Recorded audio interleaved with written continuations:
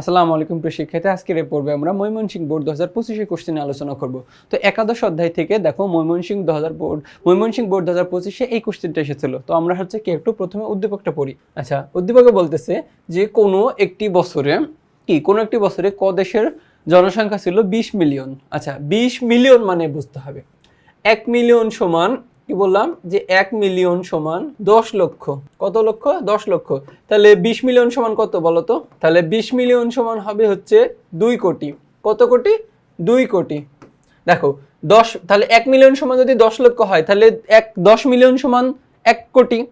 মানে কি 10কে 10 দিয়ে গুণ করলে হয় কি 100 লক্ষ। তাহলে 100 লক্ষতে 1 কোটি, তার মানে কি 20 মিলিয়ন হচ্ছে 2 কোটি। এবং ওই সময়ে মোট জাতীয় উৎপাদন তাহলে ওই সময় মোট জাতীয় উৎপাদন ছিল 6400 কোটি মার্কিন ডলার। কত?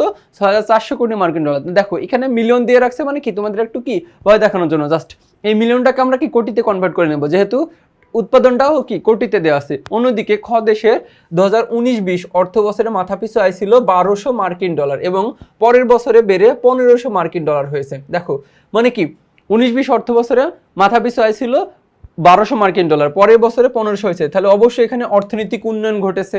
কি অর্থনৈতিক উন্নয়ন ঘটেছে? এখন ক নম্বর প্রশ্ন যে প্রবৃদ্ধির হার কাকে বলে? কি প্রবৃদ্ধির হার? তো প্রবৃদ্ধির হার বলতে বোঝাইতেছে জিএনআই এর পরিবর্তনের হার। এখন জিএনআই কি? জিএনআই বলতে বুঝাইলাম গ্রোস ন্যাশনাল ইনকাম, জাতীয়, দেখো মোট জাতীয় আয়। কি মোট জাতীয় আয়কে বলতেছে কি জাতীয় আয়ের পরিবর্তনের হারকে বলা হয় প্রবৃদ্ধির হার। এরপরে খ নম্বর প্রশ্নটা যে মোট জাতীয় উৎপাদনের পরিমাপে শুধুমাত্র চূড়ান্ত দ্রব্যবস্তু নির্ধারণ করা হয় কেন, ব্যাখ্যা করো। গ নম্বর উন্নয়নের মাত্রার ভিত্তিতে ক দেশটি কোন শ্রেণীর অন্তর্ভুক্ত? আচ্ছা, উন্নয়নের মাত্রার ভিত্তিতে এই ক দেশটি কোন শ্রেণীর অন্তর্ভুক্ত বলতেছে। এরপরে তুমি কি মনে করো খ দেশের জনগণের জীবনযাত্রার মান নিশ্চিতভাবে উন্নত হয়েছে? উত্তরের সাপেক্ষে যুক্তি দাও। যেহেতু প্রথমে ছিল দেখো মাথাপিছু আয় এদের ছিল 1200 মার্কিন ডলার, পরের বছরে বেড়ে 1500 মার্কিন ডলার হয়েছে, তার মানে কি 300 বৃদ্ধি পেয়েছে, 300 মার্কিন ডলার বৃদ্ধি পেয়েছে, তার মানে কি প্রবৃদ্ধি হয়েছে। এখন বলতেছে এখানে কি উন্নত হয়েছে কিনা সাপেক্ষে যুক্তি দিতে বলতেছে। তো আমরা এখন উত্তরগুলো দেখি। আচ্ছা, প্রবৃদ্ধির হার বলতে বললাম যে কোন দেশের জাতীয় আয়ের বার্ষিক বৃদ্ধির হারকে প্রবৃদ্ধির হার বলে। তাহলে কি বার্ষিক বৃদ্ধির হার? দেখো জিএনআই এর পরিবর্তনের হার। জিএনআই বলতে কি জাতীয় আয়, দেখো গ্রোস ন্যাশনাল ইনকাম মানে কি জাতীয় আয়। জাতীয় আয়ের বার্ষিক বৃদ্ধির হারকে প্রবৃদ্ধির হার বলা হয়। এরপরে বলতেছে যে মোট জাতীয় উৎপাদন নির্ণয়ের ক্ষেত্রে শুধুমাত্র চূড়ান্ত দ্রব্যবস্তু নির্ণয় করা হয় কেন, ব্যাখ্যা করো। তাহলে কি মোট জাতীয় উৎপাদনের পরিমাপের জন্য শুধু চূড়ান্ত পণ্যকে হিসাব করা হয়। এর কারণ যদি মধ্যবর্তী পণ্য গণনায় ধরা হয় তাহলে একই পণ্যের একাধিকবার যোগ হয়ে দ্বৈত গণনা হবে। দেখো যখন দ্বৈত গণনা করবা তখন কি হবে? ভুল হবে। যেমন উদাহরণস্বরূপ দিয়েছে গাড়ি তৈরি করতে যে চাকা ব্যবহৃত হয়, যদি চাকা এবং গাড়ি দুটোই গণনায় অন্তর্ভুক্ত করা হয় তাহলে চাকার মূল্য 2 বার যোগ করতে হবে। যেহেতু কারণ গাড়ির মূল্যের মধ্যে এই চাকার মূল্য নির্ধারিত ইনক্লুড থাকে। দেখো তুমি যখন গাড়ি কিনবা তখন কি ওই গাড়ির চাকা সহ কি একসাথে দাম নির্ধারণ করবে, সকল পার্টসপাতির দাম একটা গাড়ির মধ্যে থাকবে। কিন্তু তুমি যদি আবার কি যে চাকা বিক্রি করে আবার দাম চাকা বিক্রি করলা, দাম বের করলা, তারপরে আবার গাড়ির যখন বিক্রি করলা তখন একসাথে ধরলা, তখন কি সমস্যা হবে। তাই দ্বৈত গণনা এড়িয়ে দেশের প্রকৃত উৎপাদন ক্ষমতা নিরূপণের জন্য কি করতে হবে? শুধু চূড়ান্ত পণ্যের হিসাব রাখা হয়। এরপর গ নম্বর কোশ্চেনটা ছিল যে ক দেশটি উন্নয়নের ভিত্তিতে কোন শ্রেণীর অন্তর্ভুক্ত, ব্যাখ্যা করতে বলতেছে। ঠিক আছে, যে উন্নয়নের মাত্রার ভিত্তিতে ক দেশটি উন্নয়নশীল দেশের অন্তর্ভুক্ত। কি কোন দেশের অন্তর্ভুক্ত?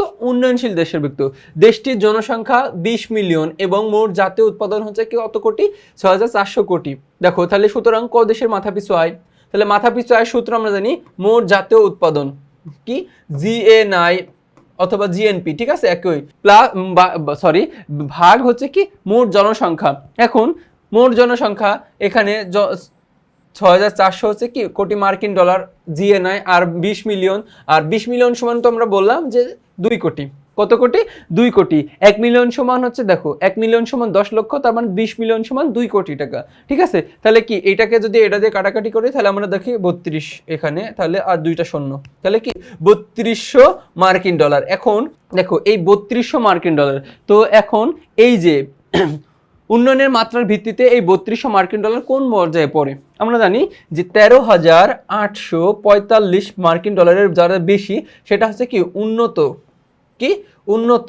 তারপরে বলতেছি মধ্য দেখো যারা উচ্চ মধ্য আছে নিম্ন মধ্য আছে, মধ্য আয়ের দেশগুলো আমি বলতেছি 1136 থেকে 13,845 পর্যন্ত, এটা হচ্ছে কি মধ্য আয়ের দেশগুলো।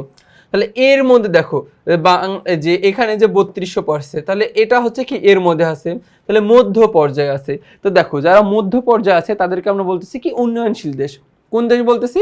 উন্নয়নশীল। দেখো সেই ক্ষেত্রে 3200 মার্কিন ডলার, এই 3200 মার্কিন ডলার হচ্ছে কি উন্নয়নশীলদের মধ্যে বলতেছে। তার মানে বলতেছে যে বিশ্ব ব্যাংকের রিপোর্ট অনুযায়ী কি বিশ্ব ব্যাংকের মাথাপিছু মোট জাতীয় আয়ের ভিত্তিতে পৃথিবীগুলোকে মূলত তিনটা প্রধান ভাগে ভাগ করা হয়েছে। এগুলো হলো উচ্চ আয়ের দেশ, মধ্য আয়ের দেশ এবং নিম্ন আয়ের দেশ। মধ্য আয়ের দেশগুলোকে আবার দুই ভাগে ভাগ করা হয়েছে, একটা হচ্ছে উচ্চ মধ্য আর একটা হচ্ছে কি নিম্ন মধ্য। দেখো যে যে দেশগুলো জনগণের মাথাপিছু আয় 1136 থেকে 4466 ডলার পর্যন্ত, সেই দেশগুলোকে নিয়ে সেইগুলোকে মধ্য আয়ের দেশ বলা হয়। কোনগুলো? মধ্য আয়ের দেশ। তাহলে দেখো মধ্য নিম্ন মধ্য আছে, নিম্ন মধ্য শুরু হয়েছে তাহলে 1136 থেকে, এটা হচ্ছে কি নিম্ন মধ্যের মধ্যে পড়ে, ঠিক আছে। এটা হচ্ছে কি এই 1136 থেকে 4466 হচ্ছে নিম্ন মধ্যের পরে। আবার উন্নয়নের মাত্রার ভিত্তিতে বিশ্বের দেশগুলোকে উন্নত, উন্নয়নশীল ও অনুন্নত এই তিনটি ভাগে ভাগ করেছে। মূলত নিম্ন মধ্য আয়ের দেশগুলোকে বলতেছে উন্নয়নশীল দেশ বলা হয়। কি নিম্ন মধ্য আয়ের দেশগুলোকে দেখো এই যে 1136 থেকে 4466 পর্যন্ত যে দেশগুলো, সেগুলোকে বলতেছে উন্নয়নশীল দেশ। আর মূলত কি নিম্ন আয়ের দেশ, এই নিম্ন আয়ের দেশগুলোকে বলা হয় কি উন্নয়নশীল দেশ। উদ্দীপকে দেখা যাচ্ছে, আচ্ছা উদ্দীপকে কি দেখা যায় দেখো, যে উদ্দীপকে দেখা যায় ক দেশটির মোট জাতীয় উৎপাদন ছিল কত 6400 কোটি মার্কিন ডলার এবং মাথাপিছু আয় ছিল 3200 মার্কিন ডলার। আয় স্তরের ভিত্তিতে দেশটি নিম্ন মধ্য আয়ের অন্তর্ভুক্ত। কোন নিম্ন মধ্য আয়ের অন্তর্ভুক্ত। আবার উন্নয়নের মাত্রার ভিত্তিতে নিম্ন আয়ের দেশগুলোকে উন্নয়নশীল দেশ বলা হয়। তাহলে সুতরাং বলা যায় উন্নয়নের মাত্রার ভিত্তিতে ক দেশটি উন্নয়নশীল দেশের অন্তর্ভুক্ত। তাহলে কোন দেশের অন্তর্ভুক্ত?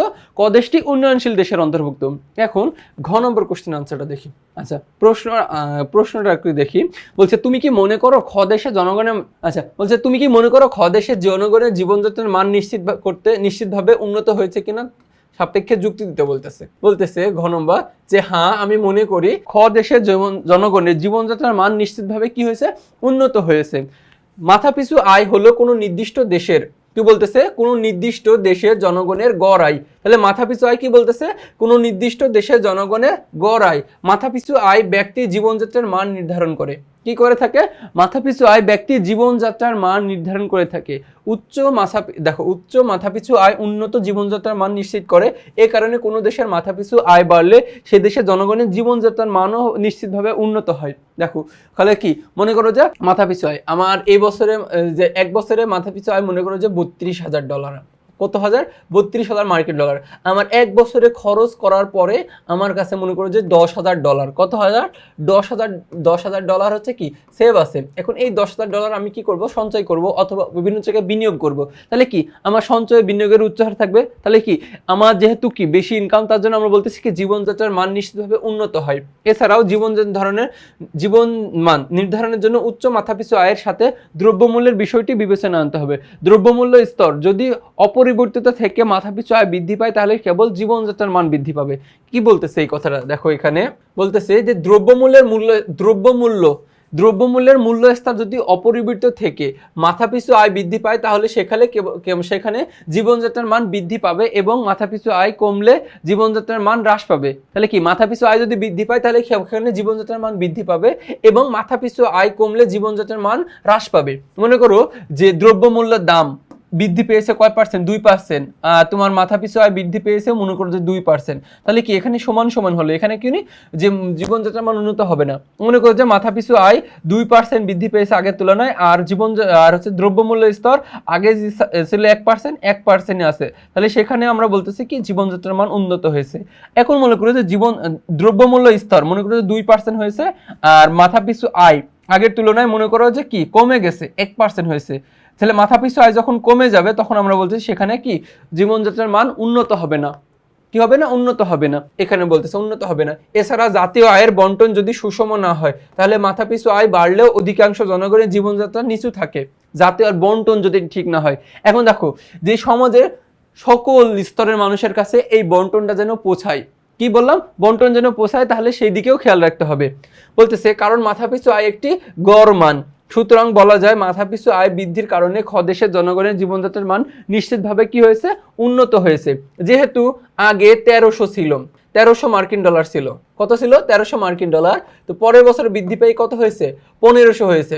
কত হয়েছে, 1500 হয়েছে। তাহলে অবশ্যই কি যে দেখো, সরি 1200 থেকে মনে করো তো 1500 হয়েছে, তাহলে অবশ্যই 300 কি হয়েছে, এখানে বৃদ্ধি পেয়েছে। তাহলে 300 ডলার বৃদ্ধি পেয়েছে, তার মানে কি জীবনযাত্রার মান নিশ্চিত হয়েছে। তাহলে এই ক্ষেত্রে আবার বিষয়টা বলতেছে যে বন্টন যেন ঠিক থাকে। তো দেখো এরই মাধ্যমে আমরা কি এই যে সৃজনশীলটা শেষ করলাম। তো পরবর্তী তোমাদের সাথে আবার দেখা হবে, ততক্ষণ পর্যন্ত তোমরা সুস্থ থাকো, ভালো থাকো, আসসালামু আলাইকুম।